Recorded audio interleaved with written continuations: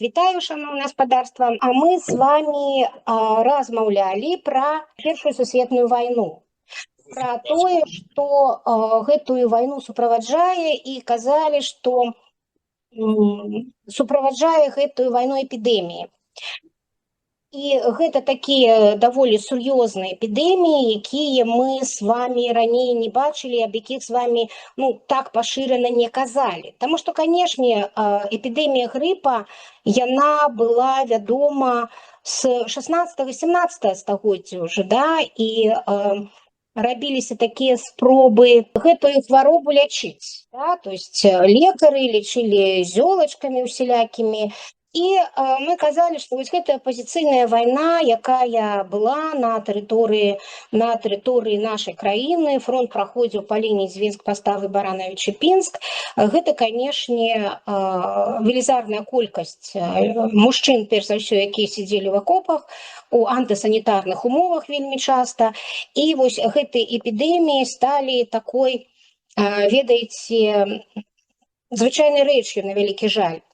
І, напрыклад, да пачатку Першай сусветнай вайны у Расійскай імперіі на ўліку было 13 мільёнаў хворых інфекцыйных з рознай ступенню цяжкасці вось гэтай хваробы.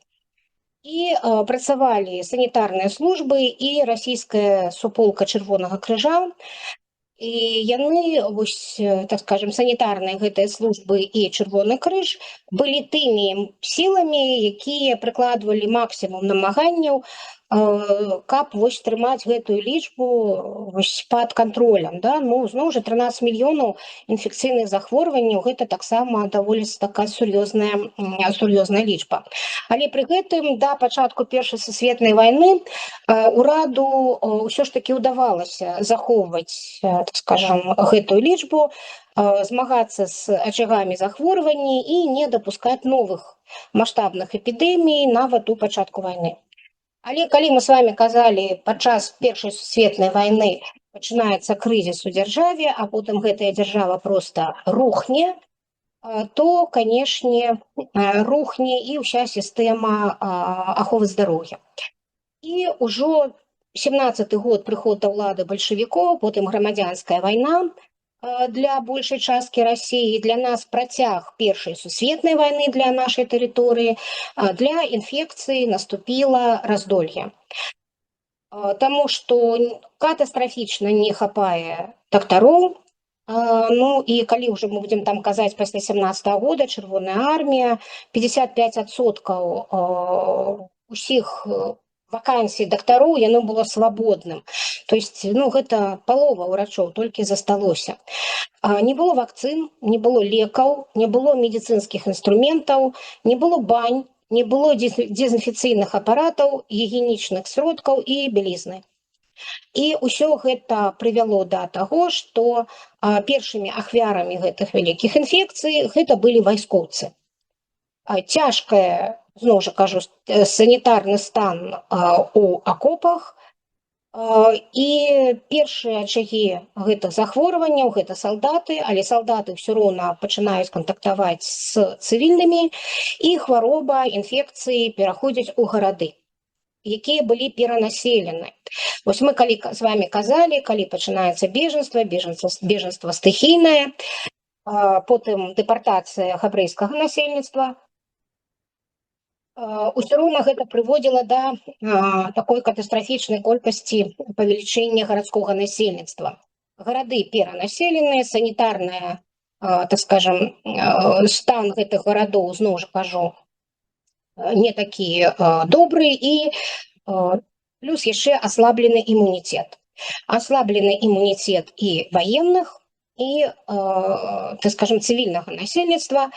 Усё гэта наклалася адзін на аднаго, і атрымаліся велізарныя эпідэміі. Колькі перахварэла на, так скажем, гэтую эпідэмію, ніхто не ведае. Даюцца лічбы о дзесятках мільёнаў. І калі у вашых гісторыі вашай сямей была такая сторонка гісторыі, якая пра вам рассказывали пра Першую сусветную вайну і бежанства. Я думаю, што вам у вашых сямейных гісторыях ёсць і гісторыі пра ціп, пра гэтую эпідэмію, якая была просто такім сур'ёзным такім сур'ёзнай з'явай. Толькі за 1918-23 год, таму што да гэтага такой дакладнай статыстыкі няма, было зарэгістравана 7,5 мільёнаў чалавек, якія былі хворыя на тыф. Ёсць такая ацэнка эпідэміолага таго часу Тарасевіча, які казаў, што толькі ў 1918-20 годзе хворыя на тиф рэальная, гэтая лічба, гэта было каля 25 мільёнаў чалавек. У самых таких небяспечных раёнах на 100 тысяч жыхароў хварэла 6 тысяч чалавек. І як тады называлі тыф, называлі сыпняк, гэта загінула па непоўным дадзеным, зноў жа па непоўным дадзеным, каля 700 тысяч чалавек. Сыпны тиф сёння, слава тебе, Господи, гэта цяжкае і рэдкае захворванне. Хто з'яўляецца, скажем, узбуджальнікам гэтай хваробы, гэта рикетесія правачыка, якая пераносіцца звычайнай вош'ю. Сімптомы – гэта слабасць, чалавека няма апетыта, яго ташніць, ванітуе па-беларуску, высокая тэмпература, сухасць, пакрасненне скуры, боль у суставах, галаўная боль, потым пачынаюцца цяжкасці з дыханнем, беспакойны сон.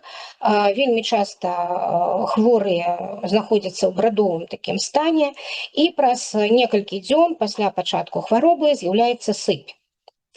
І тут усё залежыць ад імуннай сістэмы чалавека, ад яго імунітету. Калі арганізм сам спраўляецца з высокай тэмпературай і з тымі складанасцямі, з якімі сутыкаецца арганізм, то прыкладна праз 2 тыдні чалавек становіцца здаровым. Калі не, то ён непазбежна памірае. Ёсць такая яшчэ хвароба, як па-рускі возвратны тип, па-беларуску зваротны тыф. Гэта выклікаюць гэтыя бактэрыі спірахеты і барэліі, якія таксама пераносяцца ў тым ліку і вош'ю.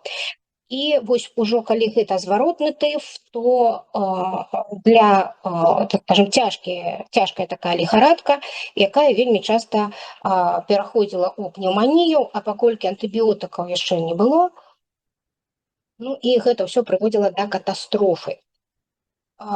Я ўжо некалькі раз казала, што вось гэтыя пераносчыкі тыфа, яны звязаны з такой, скажем, рэчу, як вошы.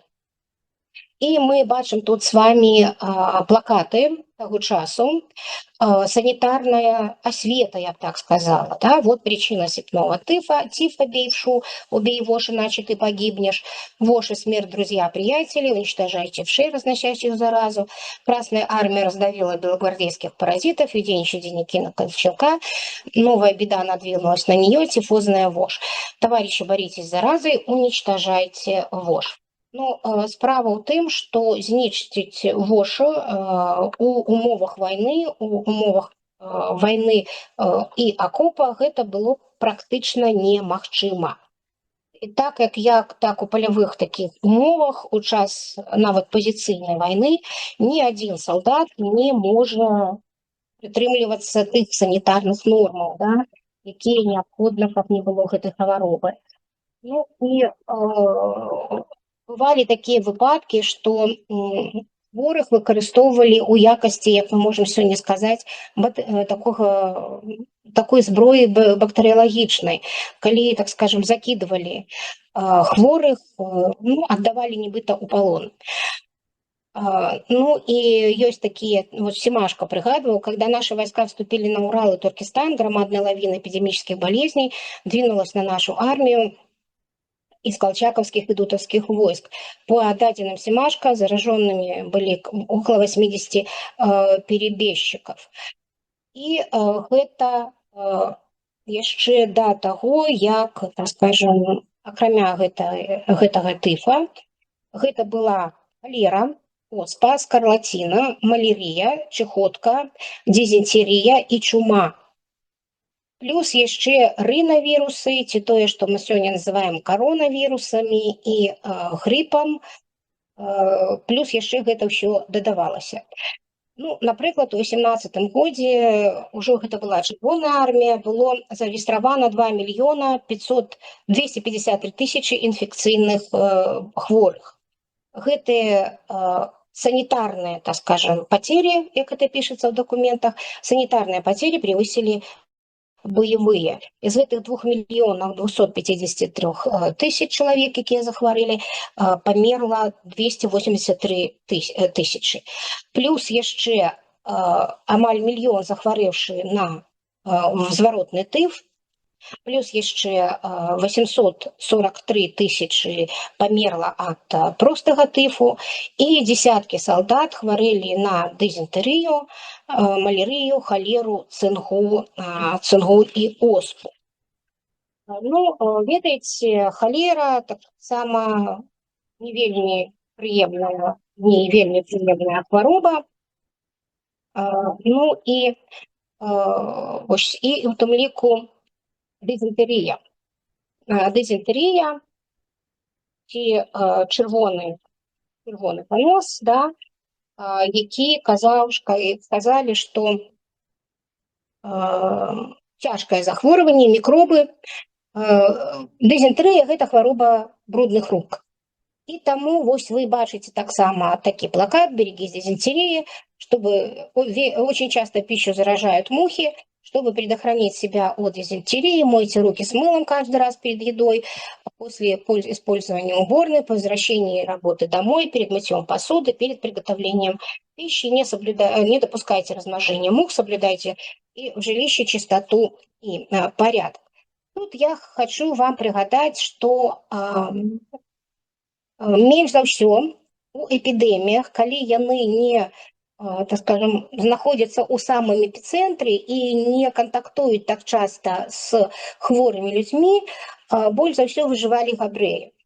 І вы мне можете сказаць, чаму. І вось гэтае пытанне я пакіну 6 хвіліначак да канца нашай сустрэчы для таго, каб вы мне адказалі. Чаму у такіх эпідэміях, асабліва то, что тычыцца дизентерии, габрэйскае насельніцтва хварэла менш. Халера, да? Халера, і мы бачым зноў жа плакаты, якія кажуць, што трэба прытрымлівацца такіх даволі простых санітарных, так скажем, рэчаў. І інструкцыі мы с вами акрамя таго бачым, якія тлумачылі людзям, як цябе яны могуць ад халеры і дизентерии, так скажем, обезопасить. Но эпідэмія халеры час ад часу вяртаецца на нашы землі, у тым ліку і калі будзе Савецкі Саюз. Ну, напрыклад, апошняя маштабная эпідэмія халеры была ў Савецкім Саюзе ў 1970 годзе. Ну, 56 гадоў таму назад, да? Калі першыя хворыя знайшліся ў Батуме, і з Батумі гэтая хвароба распаўсюдзіцца на Астраханскую вобласць, Керчь і Адесу. Ну, улады першапачаткова нічога не казалі пра эпідэмію халеры, аднак пахаванні, якія былі, пахаванні хворых памерлых ад халеры маюць свае асаблівасці, да, там.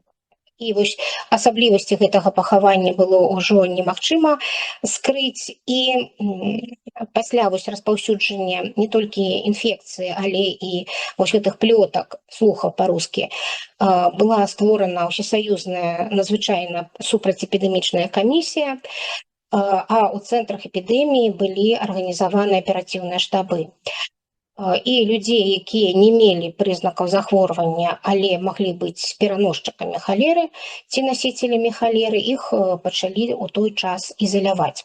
Наогул першыя, так скажем, першыя спробы змагання з гэтай хваробай, нават часы яшчэ Першай сусветнай вайны, гэта было, канешне, ізаляцыя. Изоляция, борьба с мухами, борьба с немытыми фруктами. И вот гэтая практика пить только кипяченую воду. Вот гэтая традыцыя піць толькі кіпячоную воду, яна застаецца да сённяшняга часу. Не ведаю, но, можа быць, у вашых сем'ях таксама ёсць такое паняцце, як халодны кіпяток. Да? То есть у каго не было фильтра, или до того, калі з'явіўся фильтр, кипятили воду, кипятили чайник, пераливали у графин и пили вот гэтую воду. Да? То есть воду з-пад крана лепш не піць. Оспа. Оспа гэта была такая вельмі небяспечная вірусная інфекцыя, якая захопвала час ад часу еўрапейскія краіны. Ну, я думаю, што вы ведаеце гэту гісторыю, калі трэба было прывіваць, і народ баяўся, таму што ўсе думалі, што яны ператворацца ў кароў.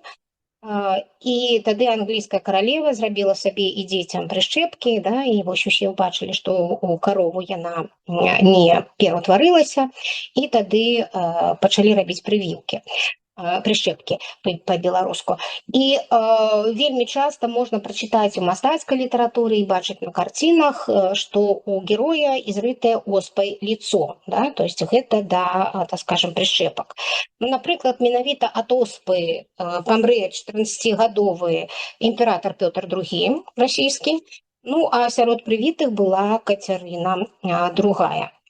У пачатку 19 стагоддзя ў расійскай імперыі пачынаюць ад оспы масава рабіць прышчэпкі дзецям. І у архівах нават можна знайсці дакументы, рапорты уездных дактароў Маскоўскай губерніі, дзе можна прачытаць, хто, калі і каму зрабіў гэтую прышчэпку, і як гэтыя прышчэпкі былі перанесены. І к 1936 году натуральная, да, оспа будзе ліквідавана ў Савецкім Саюзе. Вось, аднак у гады Першай сусветнай вайны яна будзе даволі распаўсюджана. Ну, калі ўжо казались пра калі былі якія яшчэ эпідэміі, акрамя Першай сусветнай вайны, то эпідэмія оспы ў Савецкім Саюзе будзе ў 1959 годзе. У Савецкі Саюз прывезе яе з Індыі маскоўскі мастак Алексей Кокорыкин. Пасля таго, як ён вернецца ў Маскву з Індыі, у яго падымецца тэмпература, і скора яго прывязе ў інфекцыйную бальніцу імя Боткіна. І ён там у гэтай бальніцы памрэ. І ўскрыцце будзе праведзена, і вось высветліцца, што ўсё ж такі у Кокорыкіна была оспа. І тут пачнецца такая спецаперацыя, у якой будзе, так скажем, уцягнуты велізарная колькасць людзей, сілы нават камітэта дзяржаўнай бяспекі, міліцыі і войска. Для чаго паднялі такую хвалю? Для таго, каб высветліць усіх людзей, з кім кантактаваў вось гэты мастак, да, мастак Кокорыкин. Былі устаноўлены ўсе людзі, якія былі ў гэтым кантакце. Аднаго з гэтых людзей прыйшлось здымаць з рэйса ў Парыж, калі самалёт ужо быў у паветры, то есть самалёт нават вярнулі. І ў ізаляцыі апынуліся тысячы людзей. За усімі імі вельмі пільна сачылі дактара, кагосьці змясцілі ў стацыянары, другіх назіралі на даму. І такім, скажем, чынам удалося не дапусціць распаўсюджвання оспы не толькі па всему Савецкаму Саюзу, а нават не выйсці за межы Масквы. Ну, гэта, зноў жа кажу, 1959 год. А калі мы кажам пра Першую сусветную вайну, то, канешне, ізаляваць нават была вялікая праблема. І вельмі часта былі тифозныя баракі, але ў гэтых тифозных бараках былі не толькі хворыя на тиф, які, ну, таким быў самы, так скажем, небяспечны перыяд. Зноў кажу, 25 мільёнаў, некаторыя кажуць 30 мільёнаў чалавек, 3 мільёна памерла ад тыфа і зваротнага тифа. Як змагаліся? Як змагаліся з гэтай хваробай? Удзельнічалі спецыяльна санітарныя і ваенна-санітарныя камісіі, была створана сеть каранцінаў, была створана такая сетка изоляцыйных прапускных пунктаў і фронтавых шпіталей. Пачынаецца такая масавая маштабная вакцынацыя, але пачнецца яна, канешне, ўжо пазнавата. Таму што, ну, зноў кажу, у 17-м годзе рухне ўсё, і будзе упушчаны просты час. І эпідэміі, вось тыя ўсе, што я пералічыла, сябруюць паміж сабой, і гэта прывядзе да, так скажем, велізарнай, так скажем, колькасці ахвяр. Ну, вось мы бачым з вами такія бактэрыялагічныя атрады, вось, якія змагаліся з эпідэміямі не толькі на фронце, але і сярод бежанцаў, да? Трэба сказаць, што шмат хто з бежанцаў, ён перасоўваўся першапачаткова гужавым транспартам. І што гэта значыла? Што калі ты едзеш вазком на кані, то ты можаш спыніцца ў зручным для коня месцы, каб ён адпачыў, і ты не можаш нават не заязджаць у тыя населеныя пункты, дзе і размяшчаліся вось гэтыя санітарна-прапускныя пункты і працавалі вось гэтыя бактэрыялагічныя атрады. І тады вось будзе прынята рашэнне, што перастаць дазваляць бежанцаў перасоўвацца гужавым транспартам, а адпраўляць іх чыгункай, таму што так іх, ну, скажем, лягчэй кантраляваць. І вось ужо, так скажем, з моманту 15-го года восені 1200 вагонаў кожны дзень давалі для таго, каб вывозіць гэтых бежанцаў. Но, зноў жа кажу, з аднаго боку, так, іх арганізавана можна было вывезці, але гэта прыводзіла да таго, што велізарная колькасць цывільных людзей, яна змяшчалася ў гэтых пунктах, на гэтай чыгункі. І, зноў жа кажу, гэтыя людзі прыязджалі, іх збіралі, іх распаўсюджвалі па вагонах, ім давалі, ну, рабілі такую пэўную селекцыю хворых больных, зусім хворых здымалі з цягнікоў і адпраўлялі ў гэтыя асобыя, так скажем, санітарныя палаткі. Але, зноў жа, ніхто не мог сказаць, колькі яшчэ патэнцыйных хворых, таму што інкубацыйны перыяд, у кагосьці імунітэт такі, у кагосьці другі, як хутка захварэюць усе астатнія. Ну і, канешне, вось, нягледзячы на тое, што быў Чырвоны крыж, былі там усялякія благачынныя арганізацыі і пад началеннем імператрыцы вялікіх княжон, там Тацьяны, Вольгі і не толькі, такой стройной выбудованной системы борьбы с эпидемией, конечно, такого, на жаль, не было. Ну, зноў жа потом Николай II ад трона адрачыцца, і гэта будзе, скажем, сур'ёзна. Гэта ўсё сур'ёзна. Трэба сказаць, што калі пачнецца грамадзянская вайна ў расійскай імперыі, зноў жа кажу, яна не так тычыцца нашых зямель, таму што у нас тут працягваецца Першая сусветная вайна, а потым будзе савецка-польская вайна. Так вось, для таго, каб вы зразумелі маштаб гэтых эпідэмій, напрыклад, да, што масавыя эпідэміі тыфа і халеры былі і ў Чырвонай арміі, і ў Белай арміі. Ну, напрыклад, снежань 1919 года у Эстонію адступілі войскі Юдзейніча, якія не атрымоўвалі дастаткова ежы, гарачай нават вады, лекаў, мыла і белізны. У выніку усе салдаты пакрыліся ушамі. І толькі, так скажем, і гэта прывяло да эпідэміі.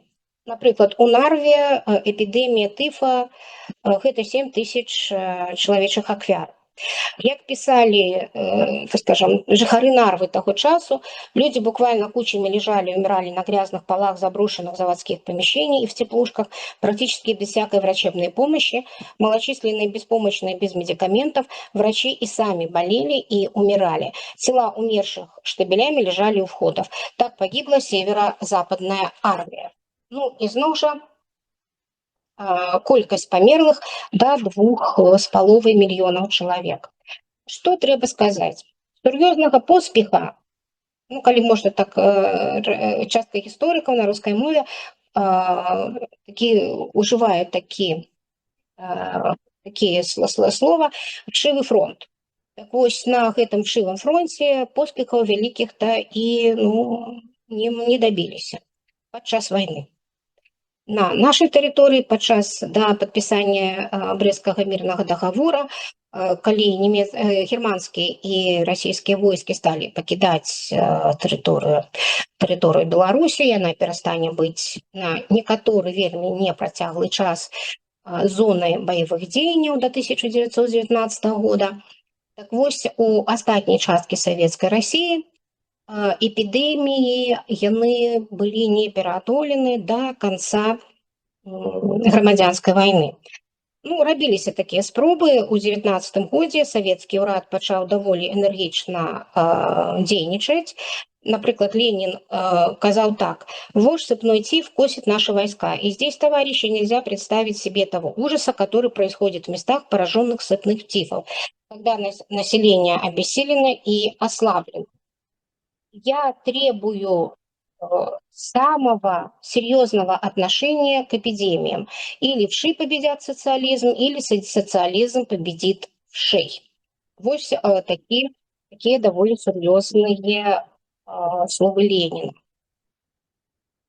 Ну і былі зроблены санітарныя, военно-санітарныя камісіі, якім кіраваў Савет народных камісараў Советского Союза. Былі створаны военно-санітарны аддзел, створана сеть карантинаў, изоляцыйных пунктаў і фронтавых шпіталёў спецыяльна хворых на інфекцыю. Ну і прапаганда чысціні, якую мы уже с вами бачылі на плакатах. Большевики что зрабілі? Большевики собрали то, что засталося от царскага ўрада, от их маёмасці, і яны пачалі выкарыстоўваць сродкі Чырвонага крыжа і маёмасць Чырвонага крыжа і дапамогу міжнародных арганізацый. У тым ліку якой арганізацыі, я думаю, што калі паспею сёння, пачну вам расказваць сёння, калі не, то у наступны раз. Таму што менавіта Першая сусветная вайна гэта быў перыяд, калі была створана гэтая арганізацыя, якую, я думаю, ведае кожны з вас. Ну так вось. І так узялі ўсю тую старую базу, што засталося ад старога рэжыма, і пачалі вытворчасць лекаў. І такім чынам пачалі выбудоўваць такую сістэму для падхода к эпідэміям. Не толькі лячылі хворых, але і сталі рабіць прышчэпкі здаровым. І паступова у выніку масавай вакцынацыі усіх салдат і афіцэраў арміі і флота на одну, так скажем, калі ў 18 годзе на 1000 чалавек было толькі 140 прывітых, то ўжо у 21 годзе 847, а к 22 году непрышчэпленых ужо амаль што не было. І гэта дало магчымасць справіцца з эпідэміяй. Не толькі ў войску, ну а потым і ва ўсёй краіне ў цэлым. І ведаеце, зараз мы з вами живем у вельмі такім цікавым свеце, дзе у нас з'явіліся антываксёры, людзі, якія сумленна не робяць ні сабе, ні сваім дзецям прышчэпак. Ну і ў выніку гэтага, напрыклад, не так даўно мы сустрэліся зноў з эпідэміяй кор'ю сярод дзяцей, кор'ю і коклюша. Ну, зноў жа кажу, вяртаемся ў Першую сусветную вайну, усё складана, велізарная колькасць бежанцаў, развал эканомікі, антысанітарныя умовы ў вайсках, ну і плюс яшчэ велізарная карупцыя. Не хапала ні дактароў, ні коек, ні белізны, ні бань, ні прачечных, ні дезінфекцыйных камер і амаль што адсутнічаў санітарна-эпідэмічны надзор. І зноў жа кажу, часта вось гэтыя чагі хваробы ўзнікалі на вакзалах і нават у турме. Але яшчэ была адна хвароба, якая унесла, скажем, больш ад яе загінулі, чым ад тыфа, напрыклад, да? Гэта іспанка. Красавік 1918 года у Еўропу прыйшла хвароба, якая прыгадвала лёгачную чуму. Прычынамі лічаць скучанасць у лагерах войск і бежанцаў у Еўропе, тую ж самую антисанітарыю, такую, мякка кажучы, неякасную ежу, і гэта ўсё плюс адсутнасць кваліфікаваных меддапамогі ў месцах вялікага скаплення ваенных і грамадзянскіх.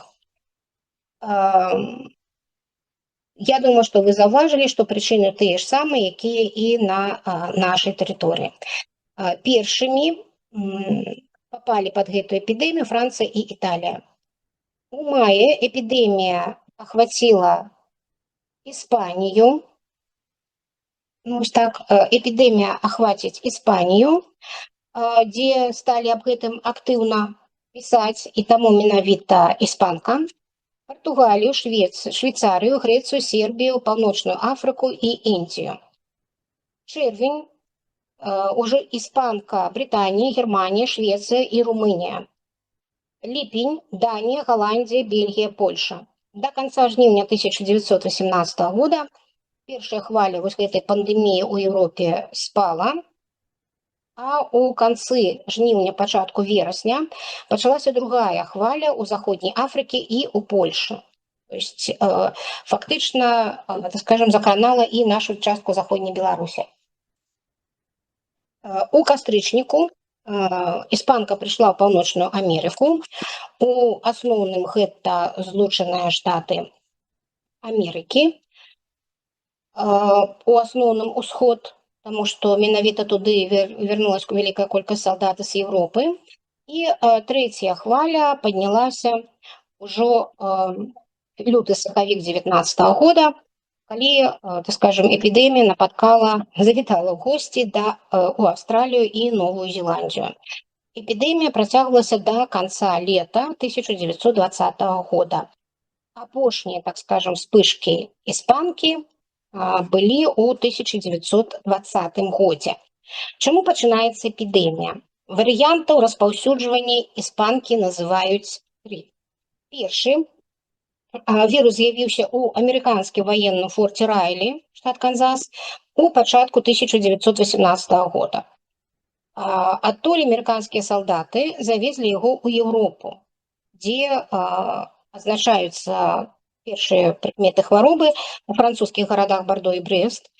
Менавіта ў Бардо і Брэст прыбывалі вось гэтыя амерыканскія караблі. А там ужо іспанку падхвацілі і занеслі ў Брытанію англійскія салдаты. Другі гэта ўсходні шлях. Гэта ці ад працоўных кітайскіх батальёнаў, куды ж без кітайцаў. Гэтыя кітайскія батальёны прыбылі ў Францыю ў канцы Першай сусветнай вайны, либо ад частак рускай арміі, якія былі дыслацыраваны на памежжы з Кітаем. Гэта Дальні ўсход, ну, напрыклад, Владзівасток. І потым гэтыя часткі былі пераброшаны на фронт. І вось ужо інфіцыраваныя, яны прыехалі, ну і пачалася гэтая хваля. Ну і трэці, гэта іспанскі грып, з'явіўся непасрэдна ў Іспаніі, і гэта была мутацыя звычайнага бранхіта. Тут, канешне, узнікае пытанне, колькі памерла. Колькі памерла ў свеце.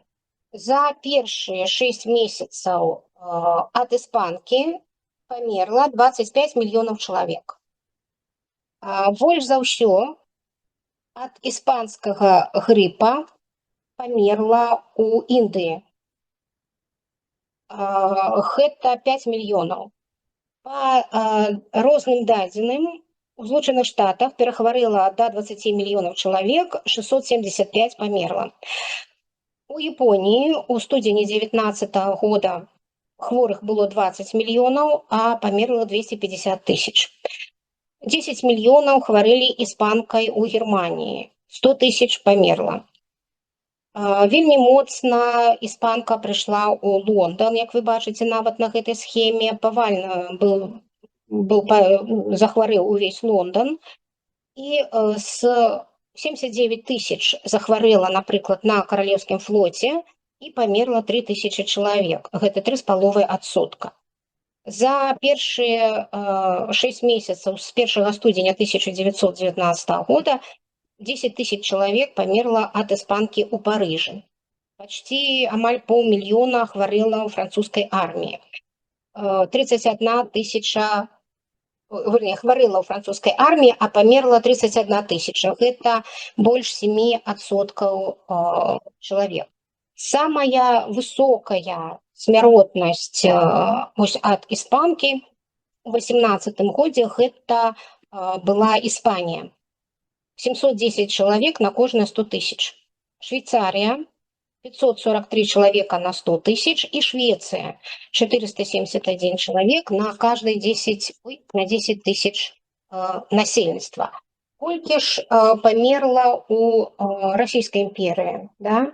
Менавіта на нашай тэрыторыі, я вам скажу, што дакладнай лічбы няма.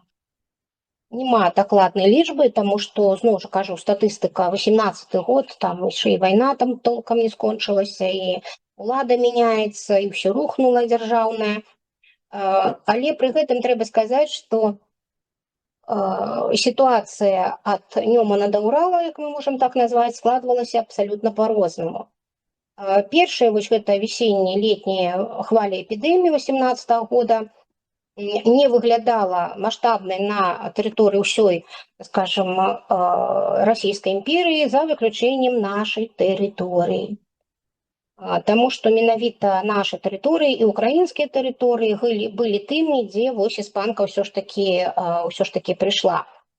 Ну, больш всего захварэўшых гэта у 18 годзе гэта Кіеў, 700 тысяч хварэла ў Кіеве, і памерла 10,5 тысяч чалавек, 1,5%. З сярэдзіны жніўня эпідэмія пакацілася па Магілёўскай губерніі. Ну і вось так скажем, зноў жа кажу, што няма дакладных лічбаў, колькі захварэла і колькі памерла. Вядома толькі, што к кастрычніку 18 года 22 губерніі, у тым ліку і Крым, былі ахоплены гэтай эпідэміяй. Больш за ўсё хварэлі ва Владзіміры і Вяткі, больш 80 тысяч чалавек. І цікава, што менш за ўсіх хварэлі ў Архангельске і Мінске і наваколлі Мінска. Вельмі цікава. Ну, а ў Маскве было 30,5 тысяч чалавек, і памерла больш 2% насельніцтва. Вось ад гэтай хваробы. І вось мы ўжо тут неаднаразова казалі, што вялікую ролю, канешне, да, у гэтай змаганні гэтай хваробы, гэта ізаляцыя, гэта дактара. Ну, напрыклад, іспанка прымусіла еўрапейцаў надзець маскі і правадзіць ізаляцыю і самаізаляцыю. Ну, по вялікаму рахунку, мы можам сабе, перажыўшы каранавірус, уявіць, што сабой уяўляла іспанка, да, у той перыяд. Канешне, на першую, так скажем, на перадавую выходзяць дактара. І вось аб адным такім доктары, я думаю, што я паспею вам сёння расказаць, гэта цудоўны, як нам сказала, бліскучы доктар Евгений Клумаў. С 1965 года третья клиничная больница города Минска. одна из старейших больниц города Минска, носит імя Евгения Клумова. Вось вы бачыце Евгения Климова с жонкой. Ну, я думаю, што імя доктара Клімова добра вядома мінчукам, але я вам пакажу, што і не толькі.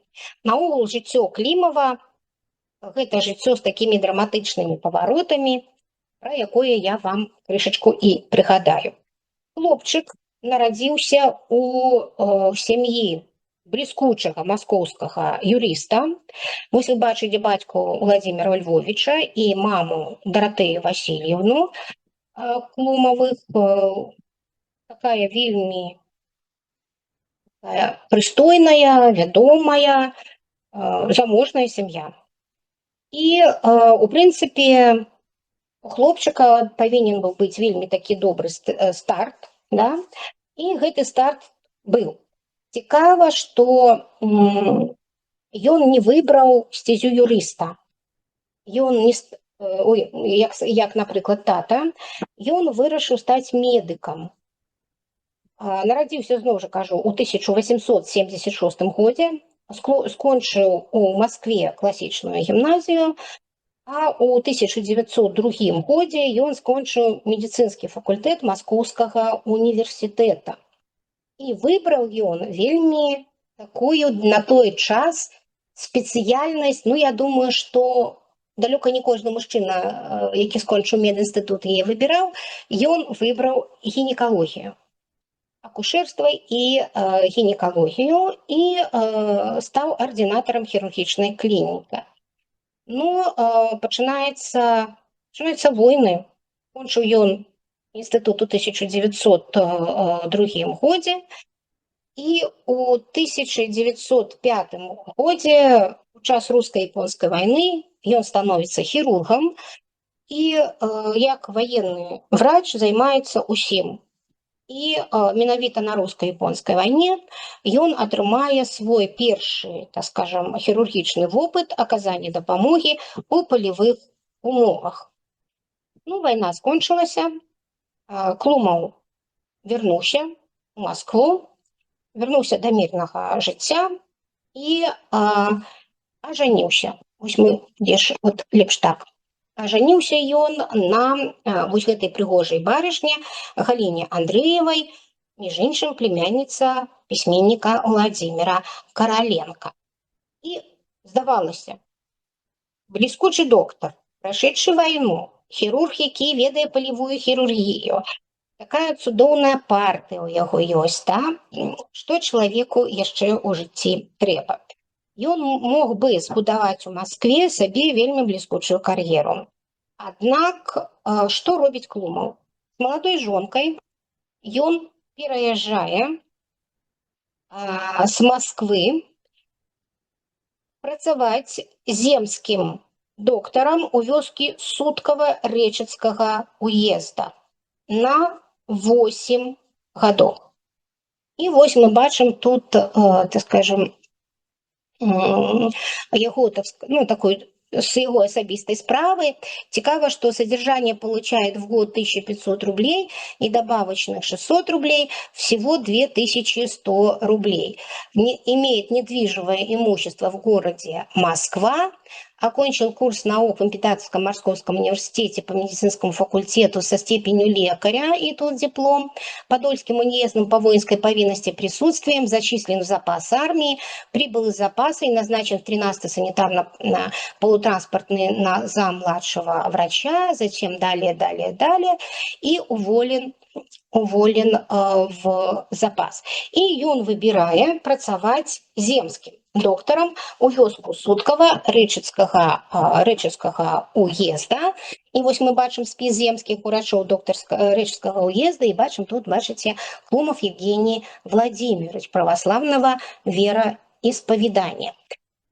У 1911 годзе у усходняй часткі Беларусі з'яўляюцца земствы. Гэта арганізацыі, якія займаюцца не палітычнай працай. Вось, і перш за ўсё адукацыяй і медыцынай. І, канешне, з'яўленне земскіх дактароў гэта была велізарны плюс для мясцовага насельніцтва, тым больш, што ён быў акушэрам-гінеколагам. І ён пачынае працаваць гэтым земскім доктарам з 1 лютага 1907 года, врач Суткаўскай земскай больницы. Да? Ну і вось даецца яму титулярны советнік. І вось сваіх дзяцей у Клумавых не было, але ён дапамог, я думаю, выжыць сотням чужых дзяцей. Ён быў адным доктарам на 20 тысяч чалавек.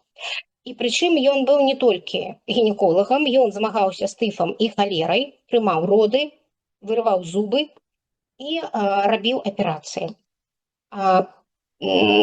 Праз некаторы час, праз 8 гадоў, яго перавядуць у Лоеўскую земскую больніцу. Ён быў вучнем Скліфасоўскага і Снегірова. І ён менавіта Клумаў у ліку першых земскіх дактароў арганізаваў на тэрыторыі Беларусі стацыянарную хірургічную дапамогу ва умовах вось такой участковай больніцы. Трэба сказаць, што Клумаў полюбіў нашу землю, полюбіў жыхароў нашай землі. Что ён писал? Ну как можно не любить белорусов? Как можно быть равнодушным к их тяжкой доле? Высокороднейшие, честнейшие люди, работяги. Они имеют право на лучшую жизнь. Мы должны им помочь жить лучше. 1914 год, начинается Первая светная война, снова фронт, снова операции в полевых шпиталях.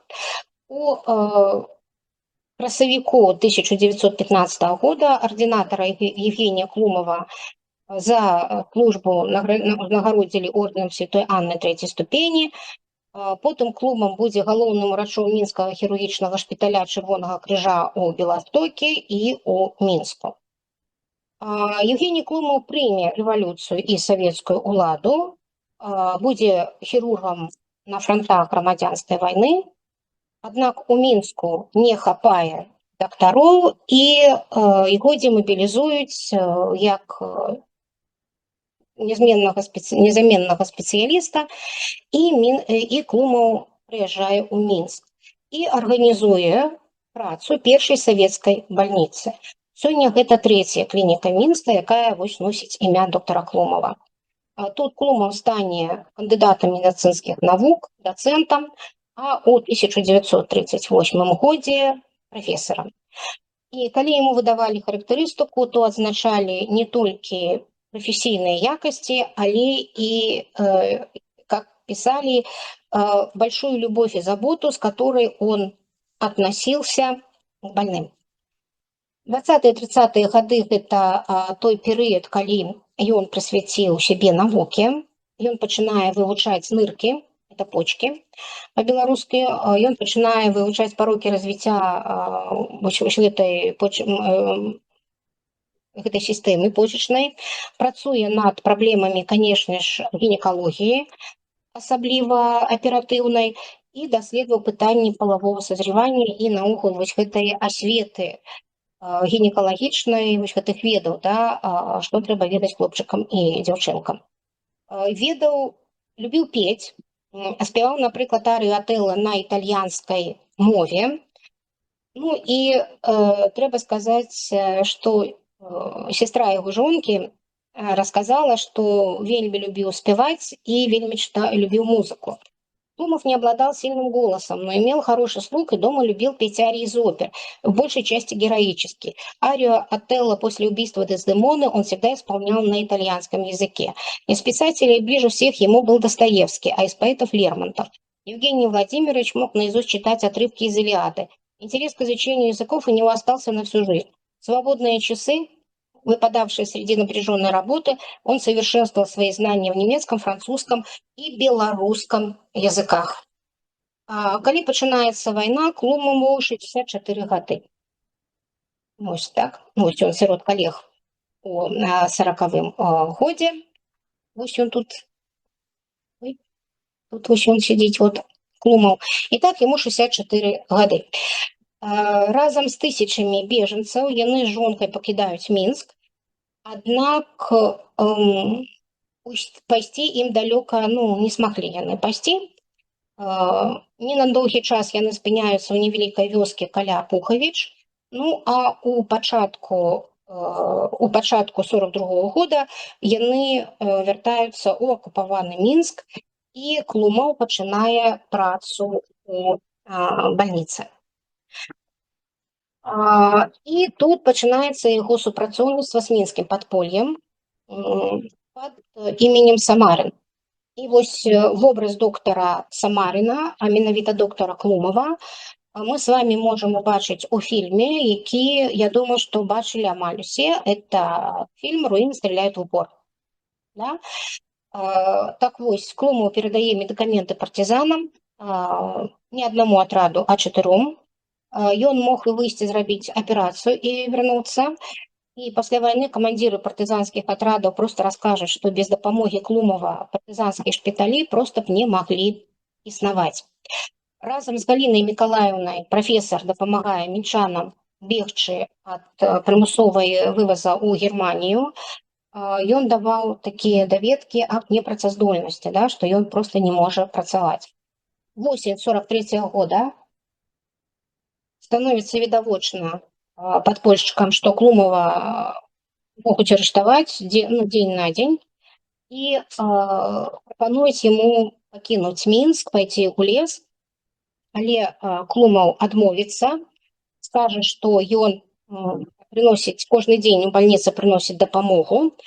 Аднак прыходзіць кастрычнік 43-го года, Евгения Владимировича і Галіну Мікалаеўну арыштуюць. Доктара Клумава арыштуюць, калі ён будзе рабіць аперацыю. Зойдуць яго арыштоўваць у аперацыйную. Ён скажа, што я к вам выйду толькі пасля таго, як закончу аперацыю. Ён скончыў аперацыю і быў арыштаваны. Яго разам з жонкай завезлі спачатку ў мінскую турму, а потым у концлагер на вуліцы Шырокай. Супругі былі ўжо ва ўзросце, іх пыталі.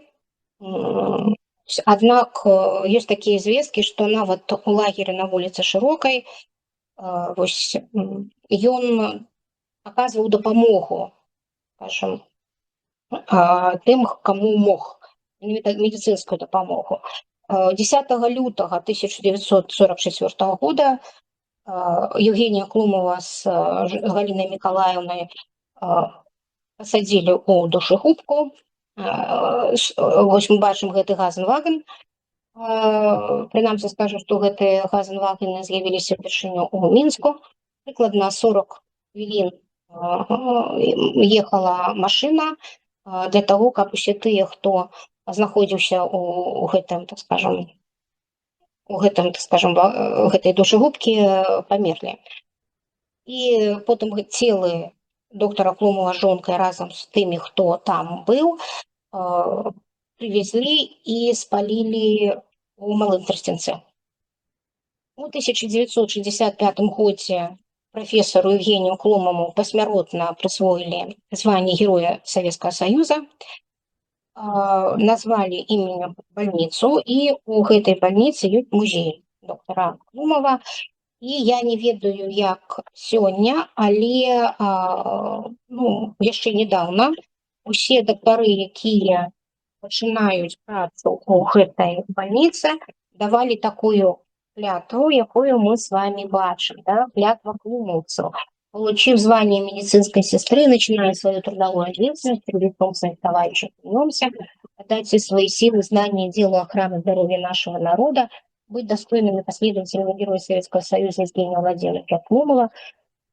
Клянемся постоянно исполнять и совершенствовать свои знания, активно участвовать в общественной жизни больницы, относиться к больным с любовью, вниманием и заботой, постоянно воспитывать эти чувства младшего медицинского персонала, быть чуткими и внимательными к своим товарищам, врачам, прибегая к совету старших, помогая менее опытным, быть активным борцам за это построение коммунистического общества и так далее, заслужить любовь и уважение народа. Вот такі цікавы чалавек, доктор Евгений Клумов, які нарадзіўся ў Москве, але прысвяціў сваё жыццё менавіта менавіта беларускай зямлі і менавіта гораду Мінску. Да сустрэчы праз тыдзень. До встречи.